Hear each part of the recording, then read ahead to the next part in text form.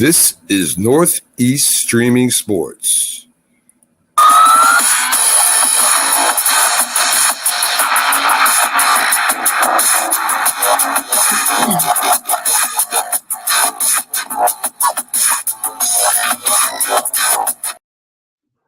Hello, good evening, everyone, and welcome to Northeast Streaming Sports at Night. It's your girl, Sonia Pearson, once again with another edition of At Night News. Super excited to know that we have made it to the weekend, and can you believe it?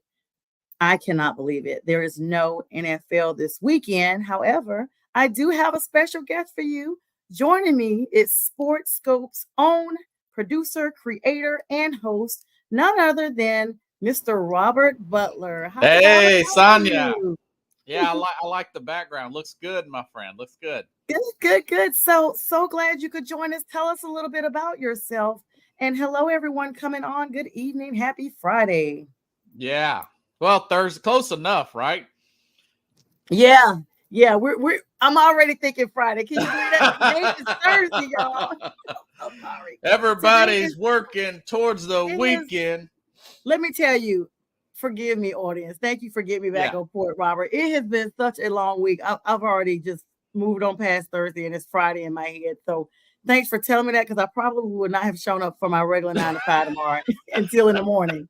So happy Thursday. I've had quite a few this year too. So yeah, I'm a live streamer, podcast. I hate to use the word podcast because there's so many people that's got them. Yeah. And quite frankly, between me, you, and your audience, they're garbage, and I don't want to be associated with that. But when you invite people who aren't in our field of what we do, this new medium per se, it's fairly new.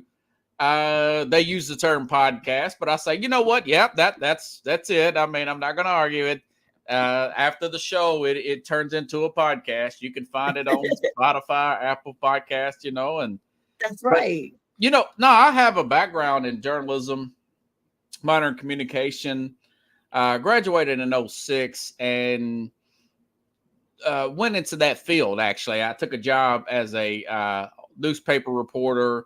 This was right when the online thing was starting to get started out in Laughlin, Nevada. Worked out about 6 weeks out of Laughlin, Nevada for a paper. And, that just didn't work out. Long story behind that, really didn't like the immediate boss I was working with. Got away from journalism and everything for quite a few years. Chased real estate. I was a realtor and everything. Starting a security company. I was doing a lot of stuff, really chasing money. And in 2017, I decided just to start a live stream that shows SPORTSKOPE on the Periscope app in May of 2017. So that's coming up on 7 years practically. Doing it really one day a week, doing it one. And I think you told me you started around that time too, right? I did. August of 2017. Yeah. So I started in May and I was doing one night a week, and then on the Periscope app, and then they did away with that. Then I got on Facebook and started doing Facebook Live. And a few years later, I think probably 2020, I want to say 2019, I met Linda and they introduced me like the StreamYard type of thing. So and I'm a medical carrier drive during the day, but essentially, that's how I got started into this, and really enjoy it. I applied for some radio jobs a few years ago, but I started doing it. This will be my second year going 5 days a week in September, the day after Labor Day. So before that, I applied for radio gigs, didn't get any contact back. But now I do an hour show, about 55 minutes to an hour show every night. If you do the best of any 3-hour talk show, political show, sports talk show, radio, whatnot, it's about 55 minutes. A lot of it's repetitive. People don't know that. It's not in the business, but it's just repetitive. So I'm qualified to do a 3-hour show, but it's not easy, my friend. Hey, Linda. Thank you. Yeah, Appreciate it. Linda, producer Linda and Mac over at Northeast Streaming Sports. You see the tickler down there. Download the Roku app so you can download Northeast Streaming Sports when you look for them, and they have 24/7 sports without the cost of cable. Hello, Linda, and she said, you got the sharp dress man. I know. I went and got my blazer just for that purpose, Linda, because I was like, the Yeah, one time I it wear a looked good. t-shirt, I got Robert on here, and she says we miss you, and we definitely do miss you on the Sunday morning sports show, because that's how I got connected with you, thanks to Mac and that crew. So she said you were one of their originals. And Annette Roberts, I'm hello, the OG. joining us tonight. He is. So let's get into a little bit of sports tonight, Roberts. I mean, you have such a plethora of knowledge across all platforms, but we have to address, unfortunately, what's still going on from the Kansas City Chiefs and their celebration that turned awry with DJ Lisa Lopez Galvin, who was killed, a DJ out in Kansas City.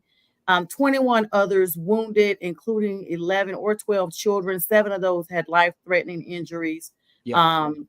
Just a sad day. Looks like the NFL came out, made a statement today, as did the Kansas City Chiefs, including the governor herself was at that parade. And this, in fact, happened at the conclusion of the parade. They said the team, as well as all the trainers and assistant coaches and whatnot, were already on buses on their way back to Arrowhead when this tragedy occurred. 3 supposed suspected gunmen are in custody right now.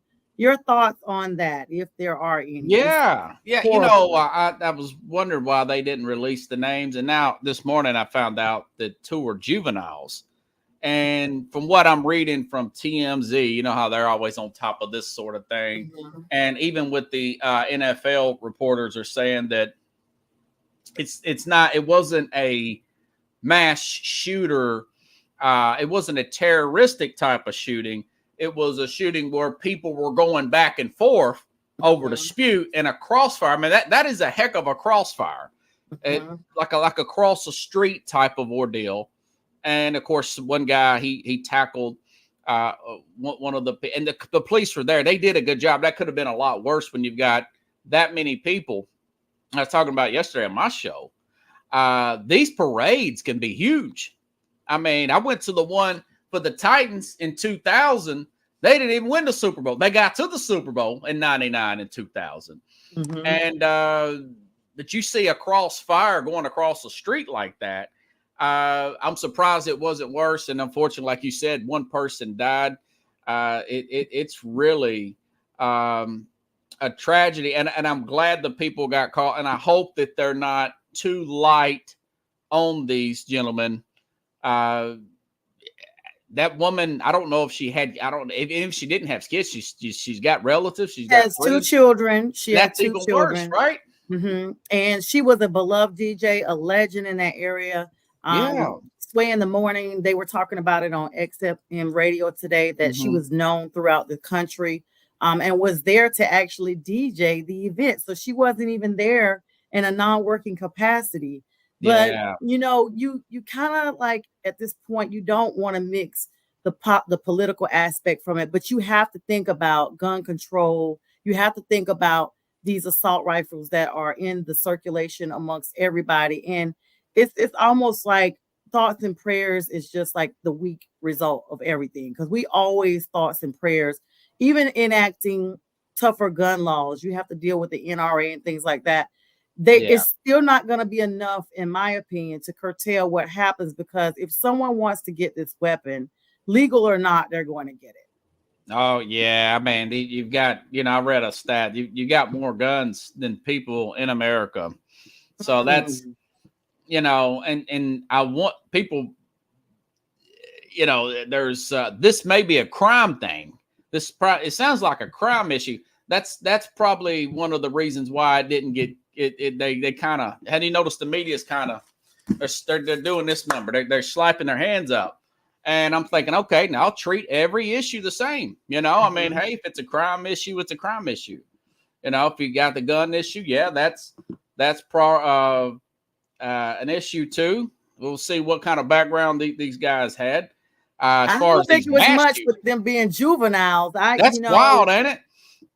Yeah, and in my mind, it's going to be interesting to see. Tomorrow night, my guest will be Kansas City Chief or Die, their actual tribe leader. He is the Oh, founder of wow. that Okay. organization. He was on last week, and we had about 400 views. A lot of people were tuning in. I had already scheduled him to come on tomorrow night to talk about, congratulations with winning the Super Bowl. But now, of course, I'll have to address this. And in fact, when this occurred, before it even was on the news, he was already on live because he was there when it happened. So it's going to be big tomorrow night at 7. Everyone, please join me as I welcome Fidel back to my show.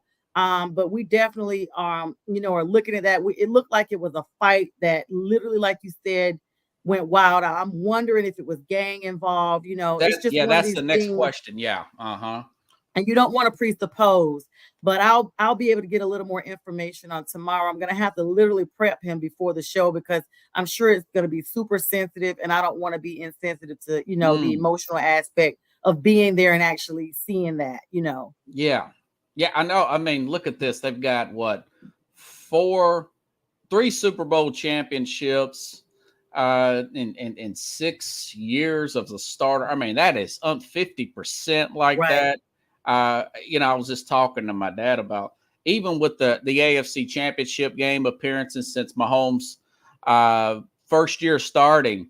I mean, think about the local economy. You hate to have this overshadow what the Chiefs have done for the city of Kansas City. Exactly. Think about those sports bars, Right. Those hotels.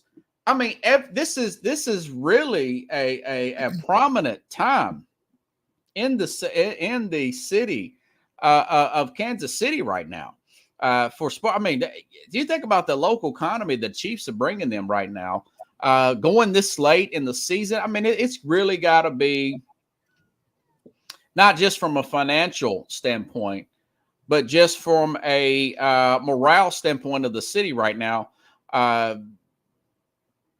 Just having that kind of success with the market right in the middle of the country like that, where you can't say it's rigged. It's always the big markets, right? I mean, it's really it's a great story of the NFL. They hate to see this overshadow this particular event, and I'm glad there wasn't more, fatalities or anything like that. And I'm so glad that they did get arrested, and people, they're still not looking for the people involved, those suspects involved. Yeah, so we definitely have to revisit that. It's definitely something that's thought provoking because football brings us all together. It is, the NFL yes. is one of the popular sports, and even though people were across the board rooting for the 49ers, some rooting for the Chiefs, it just is a downer, a negative cloud because this will forever go down in history now. Not that they won back to back, but the bigger story will be, but look at what happened in their celebration. So, we're going to move along from that. Yeah, that I hear you. Extremely emotional, but I did want to address that with you. Oh, and yeah. I talked about it Robert, yesterday. Yeah. You're very informed. And so we're gonna keep it moving. All right. So who is your favorite NFL team? I don't think we've ever talked about it. Are the Titans your team? Yeah, well, I was born here in Nashville. We didn't have a team in the early. I was born in 81. We didn't have a team here till about 97. They played in Memphis. So we officially got a team with the team name, the stadium, the new attitude, everything in 1999. So, yeah, I was a Cowboys fan before that because they were the only thing on TV in the mid-90s, here in Nashville. You're a Falcons and the Cowboys. Of course, you was in Charlotte back in them days. I live in Atlanta, but it's Panthers. They came all around the way same time that your team did right before. That is true. You just got the Panthers and the Jacksonville Jaguars at the same time, just before Houston moved to Tennessee, right? Yeah, people mix them up all the time. Right when the Oilers moved from Houston to become all of that was like the end of the 90s, mid-90s to the end of the 90s. I was in college during that time. What year did Charlotte actually have a team? I thought it was like 94, 95. I thought it was before. So they probably started the talks in 94, but it was 96. Okay. 95, that time era when Jerry Richardson started the organization. And so, it's been a lot, but I gotta delve in because I do have a lot of Cowboys viewers. A lot. You Yeah. used to be a Cowboys fan. Do you Yeah. still pull for them? Do you still keep up with the news? No. You know what? A lot of my friends that live here, they never left the Cowboys. They Yep, same in never North left the Carolina. Cowboys. Mhm. Because listen, when Jim's teams were coming up, Jim Jeffcoat, who's on Northeast Streaming, my stepmom, my dad just married her in '89, and I would stay with them. And then when I would miss my friends, I'd move back to my mom's, right? So I was one of them. I'd play both. Then I'd get irritated. My stepdad would go back with my dad, and I'd do that number. But she lived in Texas for a long time. Really liked Jimmy Johnson. I like Jimmy Johnson. My dad's a huge football fan, no matter what. And we started just, like Edmund Smith, Michael Irvin, that great. And of course, it always helps when you're winning, right? They just started to get their footing in 91, Super Bowl appearance in 92, 93, back, winning Super Bowls.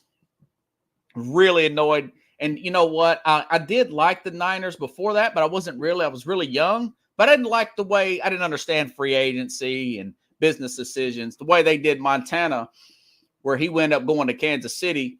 So I was like, you know what? My stepmom, she's lived in Dallas for a long time. I like this Cowboy team. I like the coach. He's very charismatic guy. How about them Cowboys and all that? So had the pullover jacket. Remember, starter jackets were huge back in the day. Right. You could get killed over a starter jacket in my own neighborhood.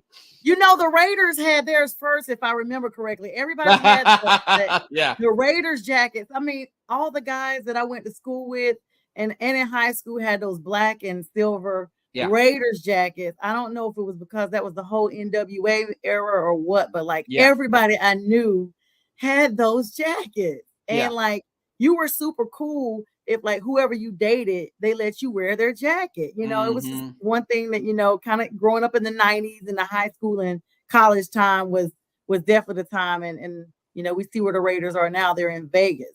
I want to talk to you about that because we just had the first Super Bowl in Las Vegas. Yes. Entertainment capital of the world. Aside from, we always had that damper when the Raiders first came, we had that whole Henry Ruggs situation. Yes. With that young lady and her dog. Very, very sad. Oh, that was horrible, wasn't it? Has thrown his entire life away. And of course, she lost her life, and so did her dog.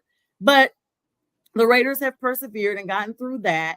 And now they're talking about bringing the Oakland Athletics to the Vegas Strip. In fact, Tropicana, which is one of the oldest new Vegas, not old Vegas, hotels, you cannot even rent some of the rooms out anymore or should I say reserved, because they're already starting construction on demolishing that entire hotel to put the Athletics right there on the Strip. So they're going to be like a couple blocks down from Allegiant, which is, behind Mandalay Bay, but it's still going to be right in that walking area. If you've ever visited Vegas, like I have, I've been quite a few times, it's all going to be there. And it's just going to make the place more spectacular. The venue looked amazing, everything's there, but they do have to, be advised of some of the laws. There are some of the non-restrictions that players are going to have to be kind of, a little more restrictive with coming up into those Super Bowls and things like that. But what are your thoughts? It looks like all of the Oakland teams are now relocating to Las Vegas, this now being with the baseball team. And they've talked about that MLB move for at least 5 or 6 years. And now it's coming to fruition. They're supposed to be wrapping up next year with construction, or starting construction, I should say. I tell you what, I think it's pretty cool for Vegas. Like I said, the first job I got out of college back in October of 2006, I got a job in Laughlin, Nevada.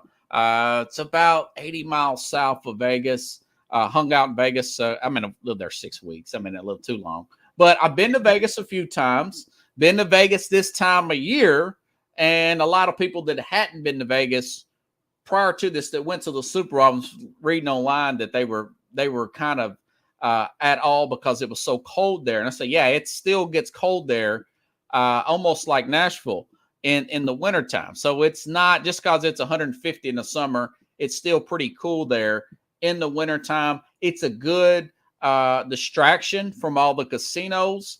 I like the way the city's run. I've had some good friends from Vegas. If I had a job offer in Vegas doing radio, I would probably move there. It's more to it than just a bunch of casinos. It's affordable to live there. And here's something that that general managers, coaches, and executives in all leagues right now are taking a deep sigh of breath that nobody got in trouble in Vegas after. Yeah. I was expecting, Sonya. That's why I led with that, because that's the one thing. Yeah. Here in Nashville, remember they had the All-Star game there about 10, 12, maybe 14 years ago.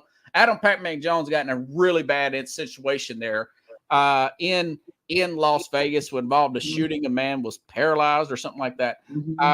He ended up getting former suspended. Cincinnati Bengal, Adam Pac-Man Jones, y'all. Former Titans drafted him, I want to say in 2005, if I'm not mistaken.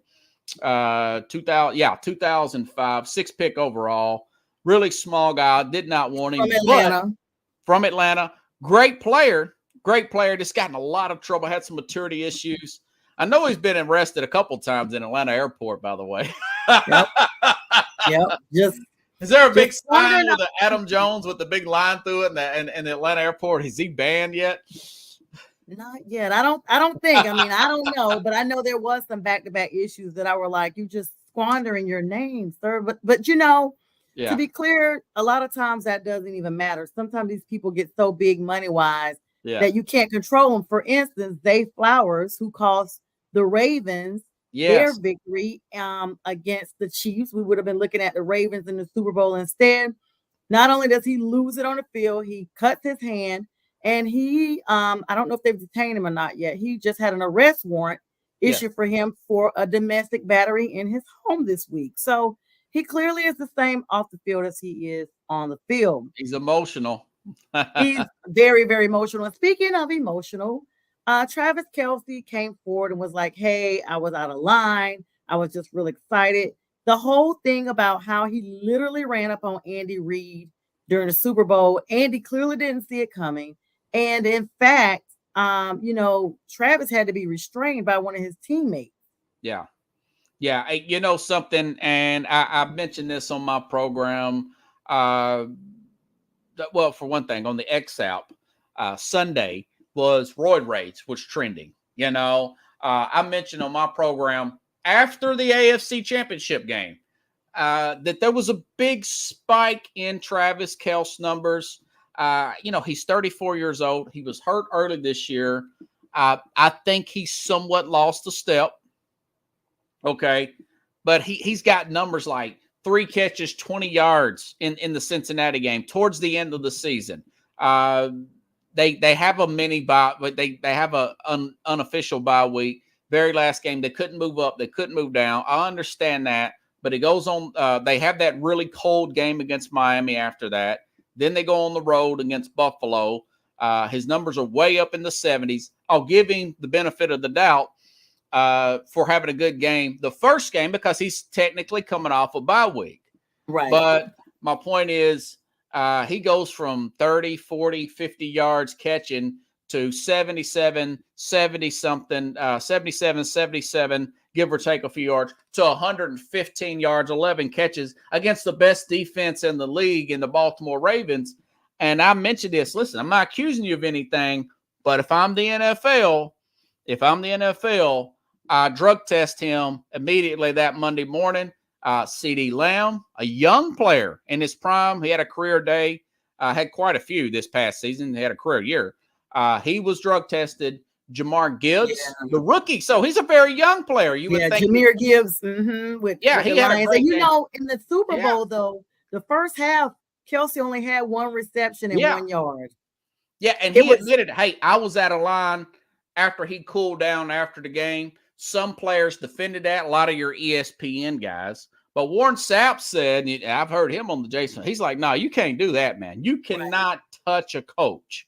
No, he's like I've dog cussed my coaches before, but you really should not.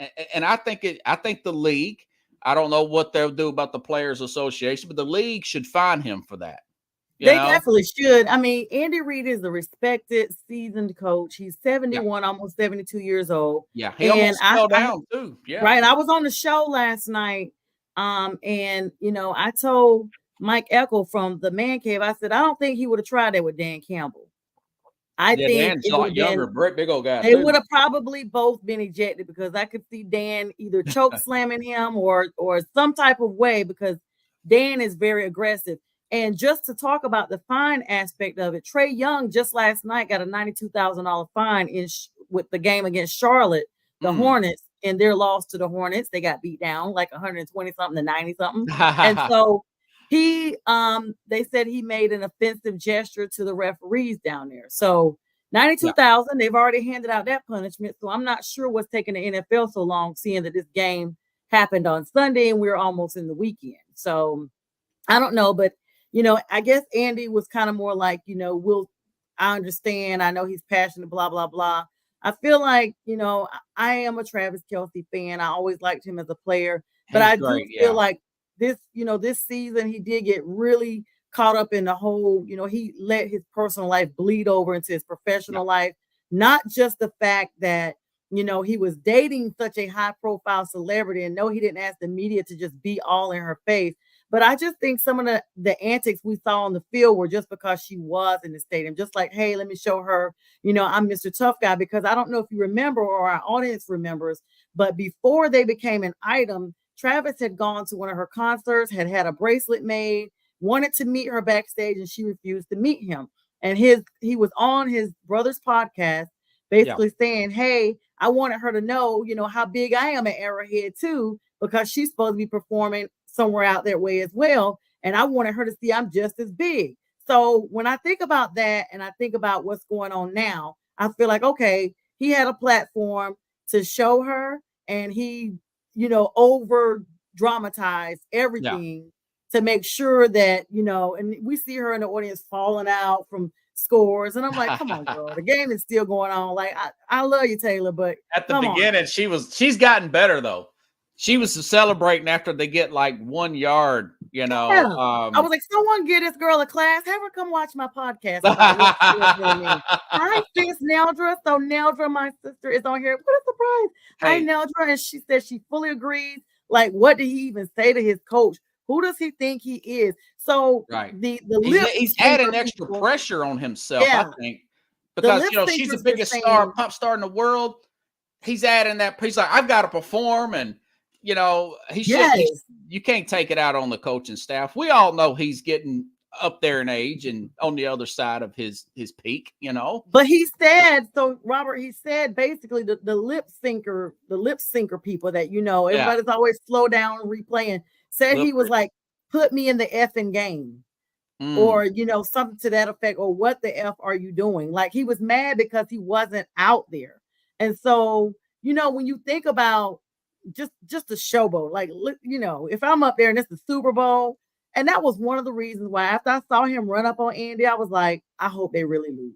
Like, I have one person that other than that I would root for the Chiefs for, and that's Trey Dean. He's one of our church members. I know his family and everything, and he got drafted by them 2 weeks before they actually went to the actual Super Bowl. So Trey has a ring as a rookie, former Florida Gator, number 42, safety. So congrats to him. But I was going for the 49ers with Christian McCaffrey, Steve Wilkes, who they've just released, even though he was our coach, and even the backup quarterback, Sam Darnold, all have Panthers ties. And so that's true. I was going for them. Plus, my godbrother's a huge 49ers fan, and I just felt like they deserved it.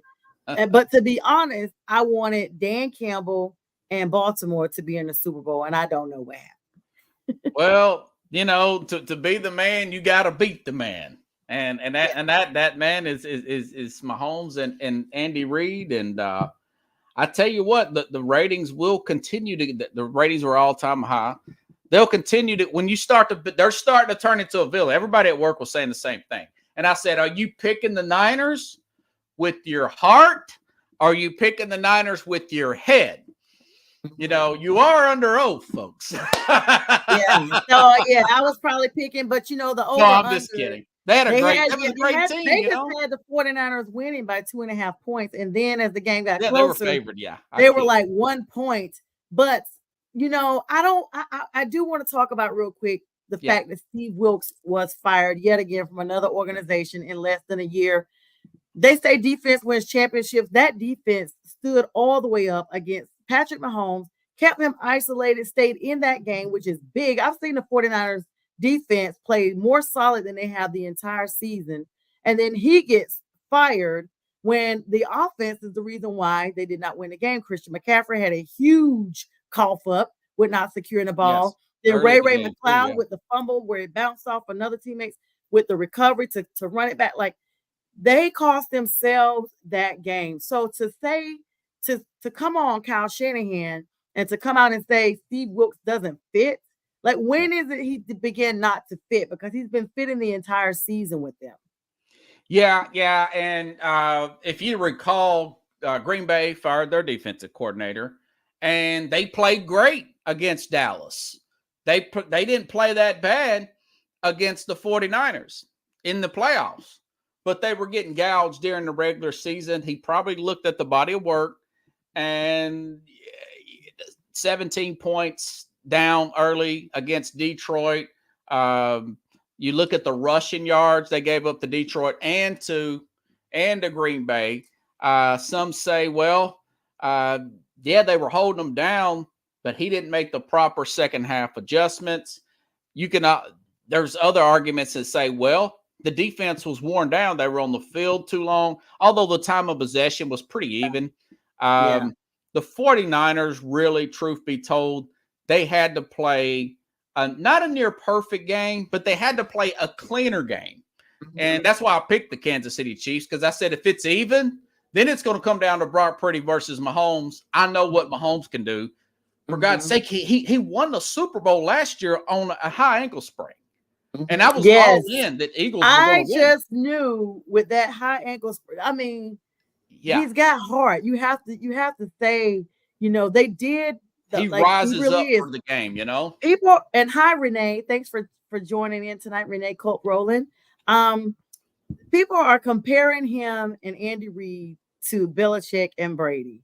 Is it too early to, at a minimum, like we see how Belichick did without Brady, but is it too early to compare Mahomes to Brady? I've talked to a couple people about that. I know that Brady has been in much longer, or was in much longer than Mahomes is, but to be a team that's back to back and to win 3 out of 5, being the 7th team that has done that, that's commendable. With Mahomes being, I think he's coming up on his 10th year this year. So not even double digits in the league. What are your thoughts on that? No, yeah, I think he'll be in year 7, if I'm not mistaken. Maybe year 8. I thought he'll be year 8 because he set out his first year because Alex Smith. Yeah, you're right. He did sit out. Oh, okay. Yeah, he's definitely. I mean, he's one playoff win away from tying Joe Montana. I mean, that is now Brady's got 35. He's got 15. Montana's got 16 wins. Yes, I think it is more than fair to make that comparison. That's what I've been saying. I can tell by the people who are starting to not like him because they're tired of looking at him. Yeah, I'm one of them. Yeah. Yeah. Well, remember people people used to hate Duke all the time. That's my team. That's my team. But Christian Laettner. Yes. Bobby hate Hurley. Christian Laettner. Remember they did a 30 for 30 on it, right? Yes. So you start to look. I didn't care for the Shaq and Kobe Lakers, but I knew that they were tough in the early 2000s. Right. But they're the team you love to hate because if to beat them, you really got to bring it. I was a big 2004 Detroit Pistons fan. 2003. Oh, wow. I was fans with them when they were the bad boys back in the 80s and 90s. Well, I'm just saying because I hated the Yankees in the late 90s. I was a Braves fan. Yeah, they blew that up. Yeah. Yeah. So it's they are compared to Belichick and Brady. They're good for the league. But it is what it is. I think it's great, and because the team's prepared. I don't think it's going to be a cakewalk next year because you've got Jim Harbaugh coming to the LA Chargers, so you're going to have a healthy Joe Burrow next year. You're going to have Deshaun Watson back next year. The AFC is going to be pretty tough. It's not going to be a cakewalk, you know. Yeah, and speaking of the teams that are coming in, Belichick is still jobless. Yeah, and you know what? How about offering him a DC job with 49ers for this year since he don't have a job? Pay him $10 million. How about that? Would he take that? Maybe. Mike Vrabel is still out, you know, even though he's more OC minded. Mike Vrabel is out. No, he's defensive. He's a defensive guy. Is? Okay. Well, see, Mike Vrabel is out. Even though it's been said that people don't want to hire him because his presence is so commanding, like his physique is just overwhelming. I mean, he didn't look that big to me, but I guess, you know, to be in the locker room. I thought that was so funny, wasn't it? Yeah. I saw that. I was like, this dude looks like Fred Flintstone. I can't believe you're even saying you're intimidated by him. He's a cartoon character, for God's sake. Yeah, apparently there's people are intimidated by him. I played. Did you ever watch that movie, Christmas Vacation with Randy? The Lampoons? Yeah. Yes, that's one of my favorites. Yeah. Remember when the boss's wife is calling the police and she's describing Randy Quaid, who just kidnapped Clark's boss. Yes.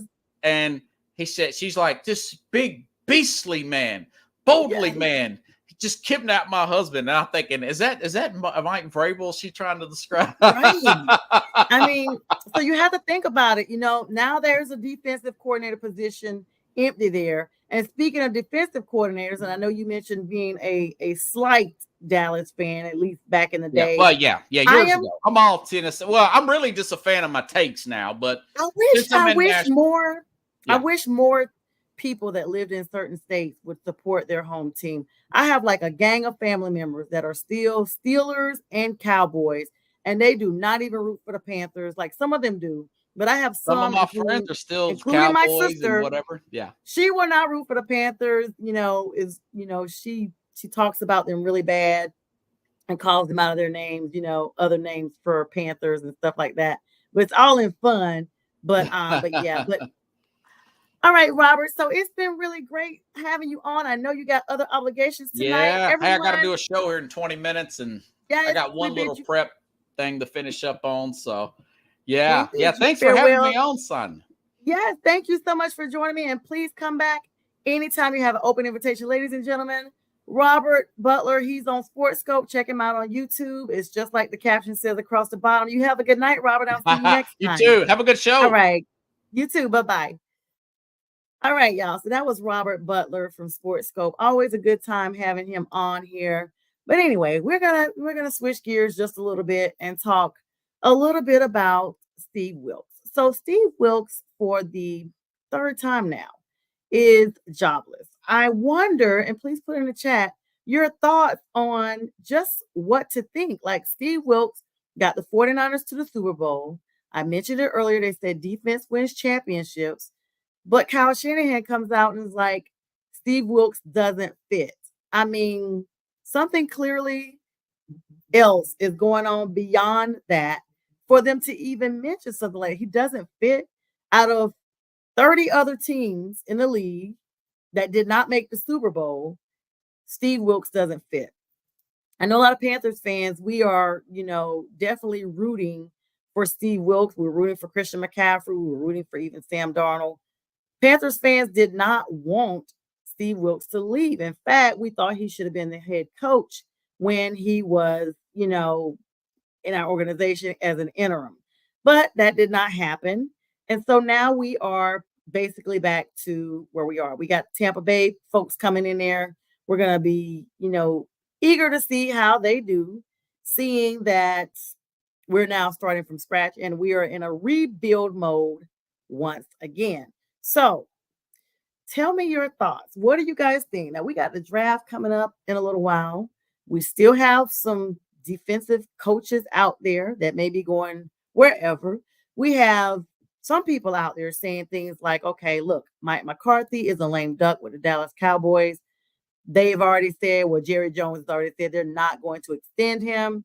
I don't think that Mike McCarthy is going to even be able to remain the entire season unless they look like they always do, the 12-5, and then he just doesn't renew him. But the prediction is he may lose a few, and then Jerry Jones just brings Mike McCarthy in. But even stranger was the fact that the Cowboys, they interviewed Rex Ryan. You guys remember him from the Jets. Well, he's an analyst on ESPN now. And basically, they interviewed him for defensive coordinator position. He didn't get it. They hired Mike Zimmer, former head coach of the Minnesota Vikings up until 2021.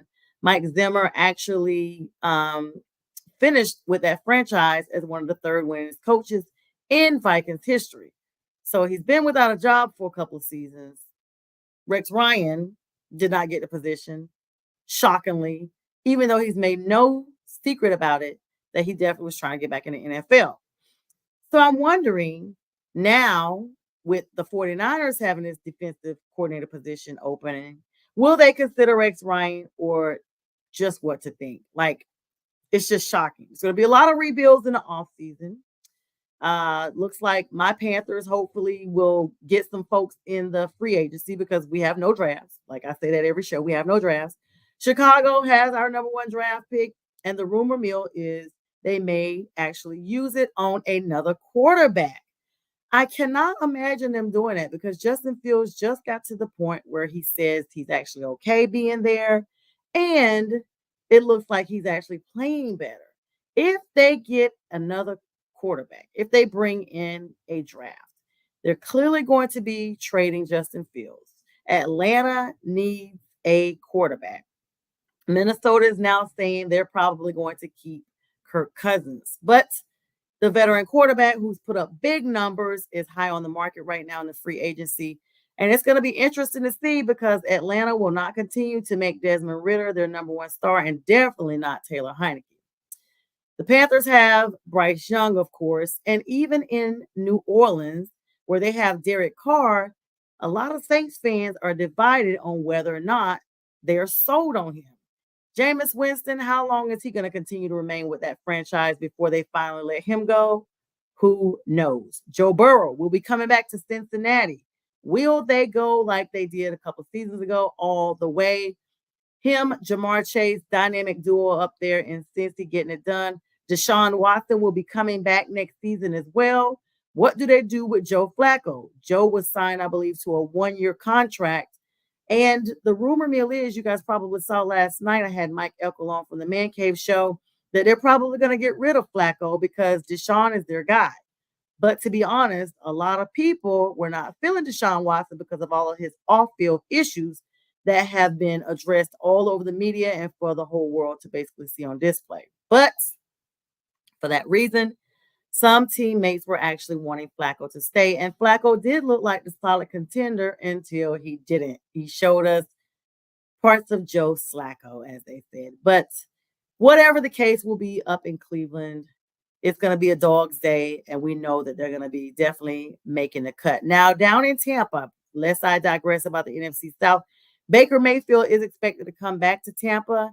And Mike Evans is still up in the air. Now, Baker has expressed that he only wants to play with Mike Evans, and seeing that they've lost both their offensive coordinator and the coach to the Panthers, it's going to be interesting to see just what happens down in Tampa Bay with Todd Bowles. Jim Harbaugh is now a part of the NFL, and Justin Herbert, they got the same initials, y'all. They are expecting that team to make an explosive debut next season.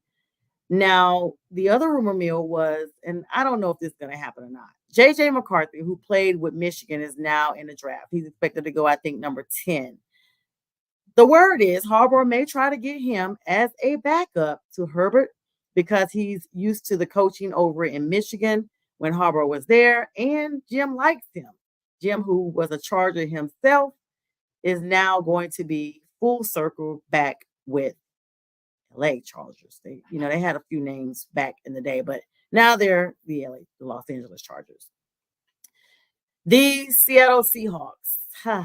Geno Smith everything is just up in the air right now. I don't know if you guys are aware, but it was expressed that the owner of the franchise for the Seahawks actually wanted that franchise sold by 2025 in the event of his passing. We are in 2024. They said they let Pete Carroll go not because of performance issues, but because of other reasons that they did not name. I'm wondering if they're keeping Pete Carroll on as an analyst just because they're expecting to close out this franchise. They definitely got to get some stuff going with Drew Lock. I don't think they're going to keep him. He stood in the gap as long as he could for Geno Smith, but we're just not sure. And let's move it to Tennessee Titans. Will Levis, who was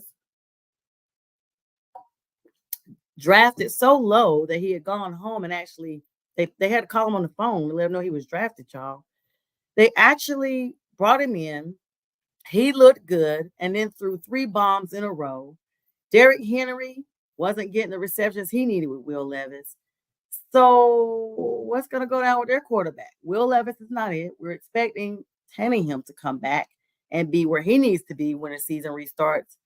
But it's just a quarterback carousel to me that continues to rotate even into the new season coming up. What are your thoughts? It's a lot going on, and we are prepared now to go full force into the NBA. Got the All-Star game coming up this weekend. Doc Rivers is actually coaching the East, y'all. Can you believe it? Doc Rivers, who's like 1-6, I don't know, since taking over this position. It's just a lot. So I feel like the NBA All-Star game will be interesting. Let me know if you guys plan on watching it. There was a lot of players that actually almost got snubbed. Trae Young was one of them. He's coming in for Joel Embiid, who's out for at least another 65 games. This is going to be occurring in Indiana this weekend on Sunday, February 18th. And it's a lot of news going on with that. Now, the All-Star players, from years past are just going to be like a fragment of everything that we've already seen. This game is going to come on at 8:00 Eastern Standard Time. I don't know, y'all. I'm going to be honest. I'm just not super excited about this particular thing. But you got Bam Adebayo from Miami. You got Paolo Banchero from the Orlando Magic. Jaylen Brown, of course, from the Celtics. We know how he gets down, pretty good. The Celtics are looking really, really good. But the Eastern Conference starters, you got Giannis Antetokounmpo, the Milwaukee Bucks. Joel Embiid, he's out. So you got, Trae Young coming in for him. Jason Tatum, as always, from the Celtics. Tyrese Halliburton from the Pacers. And then you got Damian Lillard. Good old Damian Lillard from the Milwaukee Bucks from the East Conference starters. And then you got the West Conference starters, which are going to be good old LeBron James. Are we surprised? Kevin Durant, and LeBron's with the Lakers. KD's with the Suns. You got Nikola Jokic from the Nuggets, and then Luka Doncic from the Dallas Mavericks, as well as Shai Gilgeous-Alexander from the OKC. Now, this game is probably going to be pretty interesting.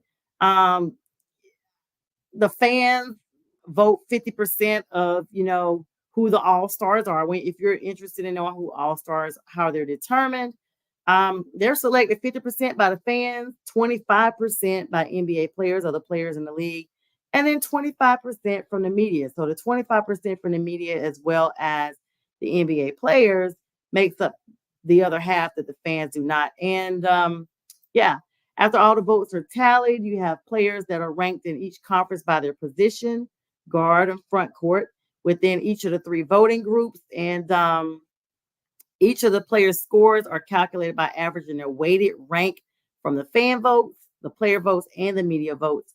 And then you get 2 guards, 3 front court players with the best score in each conference are all named the NBA All-Star Game starters. So let me know if you all are going to be watching that.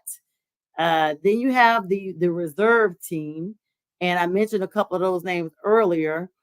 But the commissioner, Adam Silver, selects the replacement for each player that's unable to participate. I mentioned that early on with Trae Young. Then they choose a player from each of the same exact conference of that player who's being replaced. So Bam Adebayo from Miami is on the reserves. Paolo Banchero, Orlando Magic, and Jaylen Brown from the Boston Celtics are all reserve players, as is Jalen Brunson. I'm shocked he didn't make, the All-Star.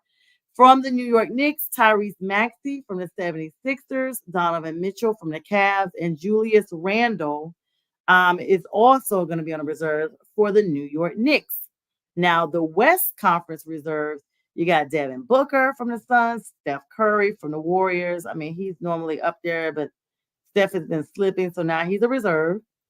Anthony Davis from the Lakers, Anthony Edwards from the Timberwolves, Paul George, the Clippers, as well as Kawhi Leonard from the Clippers, Leonard from the Clippers, and then you have Karl Anthony Towns from the Timberwolves. Now, those are all the reserves. Now, it's super interesting to know, that any given time, as soon as your rank starts going down, you probably are not going to be considered an all-star. But 8 o'clock Sunday, we'll see the East versus the West. Now, it looks like the Bucks and Gallinari are finalizing their deal. The veteran forward does plan to sign with Milwaukee to reunite with Doc Rivers, who we just mentioned a little while ago. So that's going to be interesting. Trae Young last night was fined $92,000 in the Hawks-Hornets game, where the Hawks lost like 120-something to 90-something, and he made an obscene gesture to the refs. So $92,000, already passed that little punishment on to Trae. And the Clippers Tucker, he has a $75,000 fine right now, and it's assessed to him after he made comments that were derogatory on being traded. So the NBA is handing out fines left and right. I wish I could just get a percentage of that fine, in my pocket. Now, during the big game, you're going to be able to see a lot of players near and far from, old and new. I try not to use the word old, but, former and latter. And it's going to be a lot of stars in the house in Indiana. I'm sure everybody's probably bulking up to get down there now so that they can, definitely be out there and comfortable and everything. I'm pretty interested to see how Indy actually hires this. I haven't really paid too much attention to them, except for, when the Pacers are playing here and there. But looks like the all-time three-point leader, Curry, and two-time Kia MVP becomes the only player to accomplish that feat. You got Drew Eubanks and the Pistons steward in a pregame altercation. Now, that made news last night, that right before the game between the Suns and the Pistons, looks like Drew Eubanks had a run-in. Now, he's, got this ankle issue. Now he's supposed to be playing. But right before they, took the court for that game, they had a physical altercation between them. And if I'm not mistaken, I'm going to double check, I think there was some type of citation issued because of that altercation. Yes, in fact, Stewart was arrested. This is Isaiah Stewart from the Pistons for assault because he punched Drew Eubanks at the arena hours before the teams played. The police did issue a citation, and he has since been released. And what's shocking to me, he already has a sprained left ankle. So he's out there and you're fighting. And, Eubanks on the other side was like, well, hey, I got in an argument with him. We were chest to chest. The next thing I know, Stewart is throwing a punch. Security intervened, and Eubanks did say he was fine to go ahead and play the game, even though the police are saying he sustained a minor injury. Now, according to the NBA, they made a statement and said the attack on Drew Eubanks was unprovoked, and acts of violence such as this are unacceptable. This is the Suns making this statement. We unequivocally support Drew and will continue to work with local law enforcement and the NBA. Now, the Pistons are aware of the incident, but are not saying too much. They're just saying they're in the process of gathering information about what happened, what provoked it, and are responding to the NBA and local authorities. Now, Pistons coach Monty Williams, who was fired by the Pistons, fired by Phoenix last season, said he thought that the son should not have even said anything. Like they should have just stayed calm, and stayed out of it. He was like, only thing is the NBA should be doing their own investigation. He feels like teams, and players should not be getting involved. Now, you may remember this same steward, the same steward that sucker punched Eubanks, was also involved in an on-court altercation with LeBron James in 2021. And during that altercation, right after that, they both received suspensions, where Stewart, being the aggressor, received a 2-game suspension and LeBron James only received 1 game. So he is a hothead. I don't know what it is with the NBA in this day and era. We see Draymond going crazier than ever, seriously, like to attack your own your own teammate.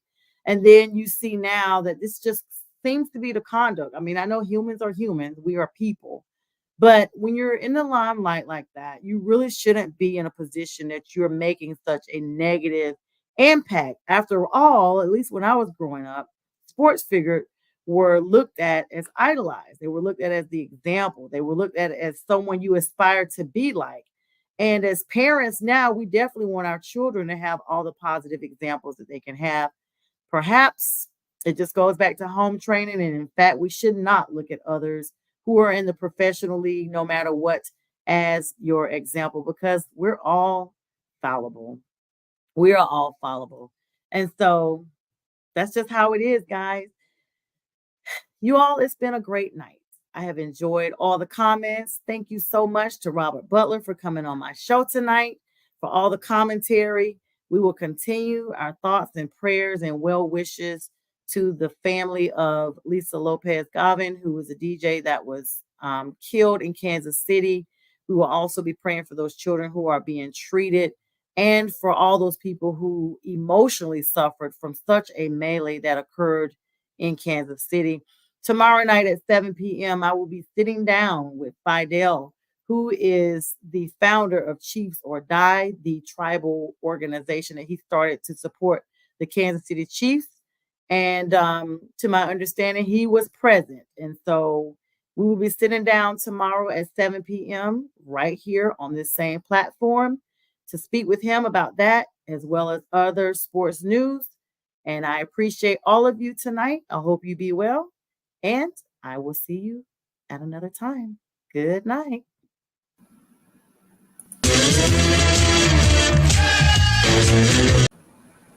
This is Northeast Streaming Sports.